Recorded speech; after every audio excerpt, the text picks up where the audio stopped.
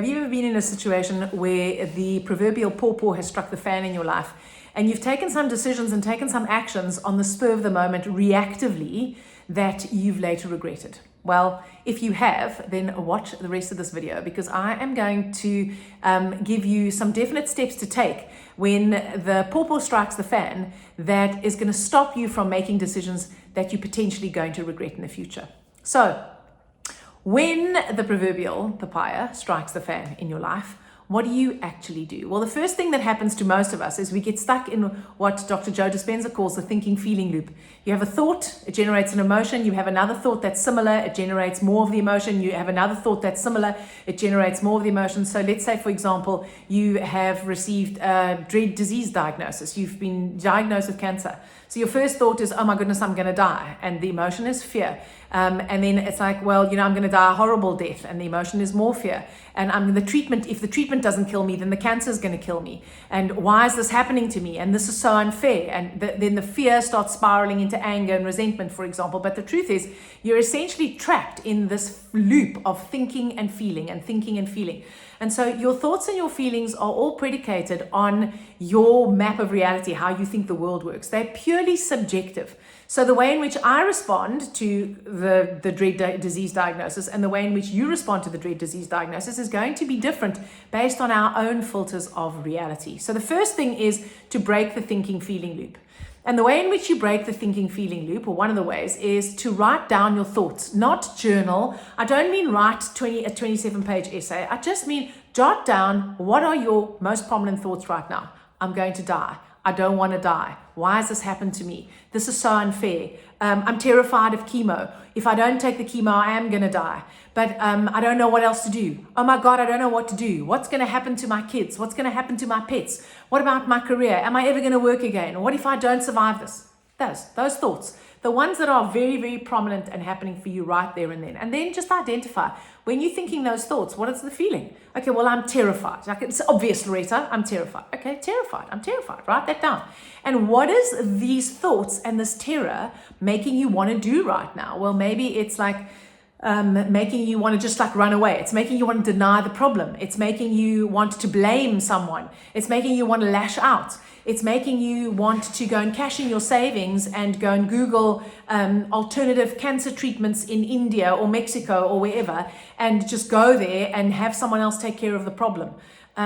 Whatever it is, just identify it. So now at least you've actually identified what are your thoughts, what are your feelings, what does it make you want to do. So my advice would be try not to do what your thoughts and feelings are making you want to do in the moment, because that's usually the thing that you're going to regret, okay? So do not sell everything and decide you're going to go on a round the world trip, blow all the money, and then you don't you'd end up not dying, all right?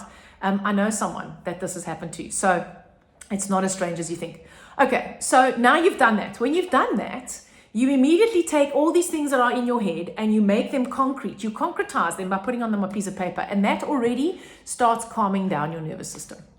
The next thing to do is to recognize that most of your thoughts are subjective and most of them are stories that you're making up based on your filter of reality.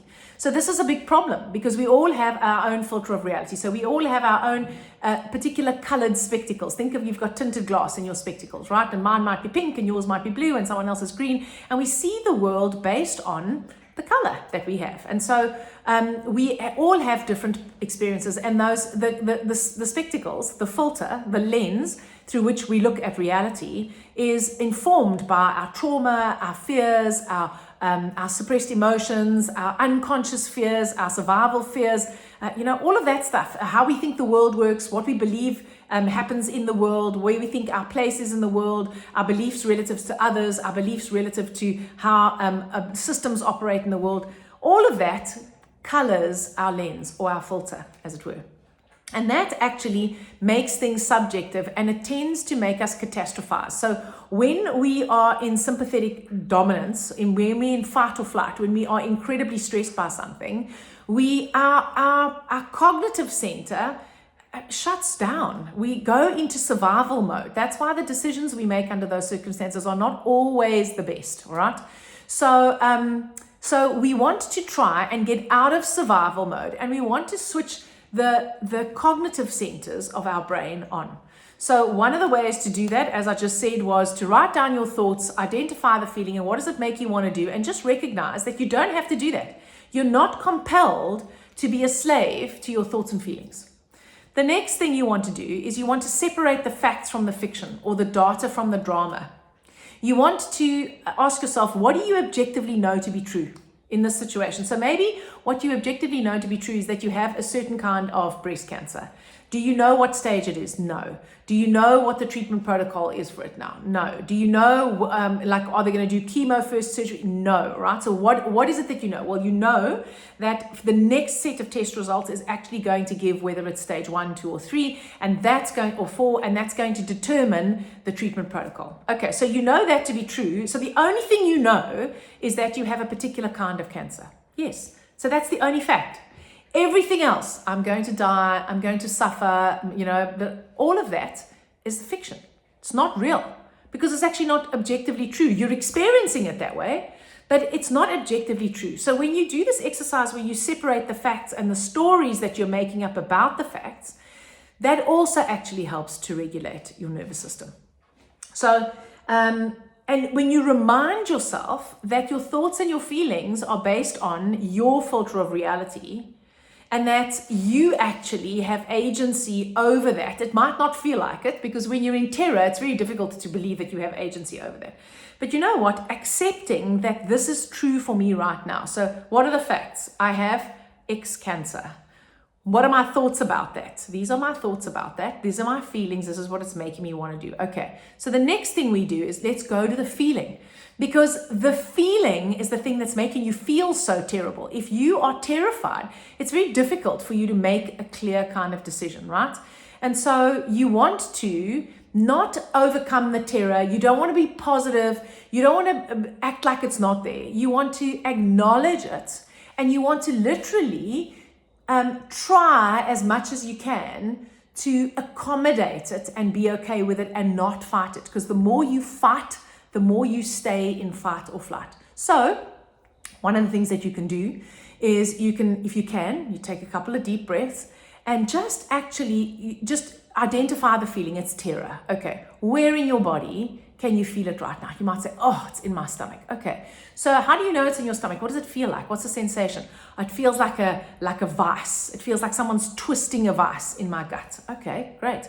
So imagine you were going to describe what it looked like to someone. So now you're going to use your imagination, okay? So imagine that you could describe what it looked like. What would it look like? You might say, oh, well, it's like black and it's like metal and it's like a claw and it's rusty and it's gnarly and it's cold and it's hard. Okay, great.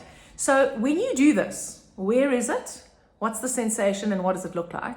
You actually start separating yourself slightly from it. You create a little gap. And what happens is you allow yourself to feel it. And emotions are like waves on the ocean. They want to roll in, break, and recede. And emotions are like waves of energy. So the more we allow ourselves to have them, the more likely they are to recede, even if only temporarily, okay? And even if they only recede to levels where it becomes bearable, well, that's really what we want, right? This is like the starting point. Where do we start? And it's when we get to that place, when we have acknowledged the truth of where we are, when we've separated the facts from the fiction, when we've invited the feeling and at least accepted that this is what it is for now, all of that helps to stabilize your nervous system and give you more clarity. So are you going to have absolute boundless joy and peace? No. But are you going to have enough clarity so that you know what your next step is? Because the truth is, you only need to know what the next step is. You don't need to know what the whole protocol is. So the next step might be waiting for your test results. Okay, well, is there something else that you can do in the meantime? Well, maybe you can talk to a friend. Maybe you can talk to a therapist. Maybe you can talk to a coach. Maybe you can watch some videos. Maybe you can listen to a podcast. There's an amazing podcast called the Radical Remission Podcast, where people who have had radical remissions go on, and you will be amazed at how many people this has happened to. So it's not just like an arbitrary miracle here and there. And maybe that will soothe you. Maybe that'll actually reassure you. And maybe what you do for the next 3 days until you can go back to your doctor's office to get the next part of the facts of your test results and the treatment protocol and the plan is to just stabilize your nervous system. So maybe what you do is you lie on the ground. Maybe you spend some time in nature. Maybe you go for a walk on the beach. Now you might say to me, oh, Loretta, how am I doing this when I'm having a crisis? Well, the truth is, if you've got to wait 3 days before you get the next element of the puzzle, you've got to fill those 3 days. You can either fill them with freaking out, or you can fill them with activities that might just regulate your nervous system enough that you're capable of taking the next step. And you know what? If the next step is get in bed, pull the duvet over your head and cry for 3 days, well, then that's your next step. So try and accept that you are where you are and that how you are feeling and what you are thinking isn't wrong, because it is what it is right now. And 9 times out of 10, it's the resistance to what is that actually makes us freak out even more. So if you found this helpful, if you would like to know more, please go to the missing link in your healing podcast.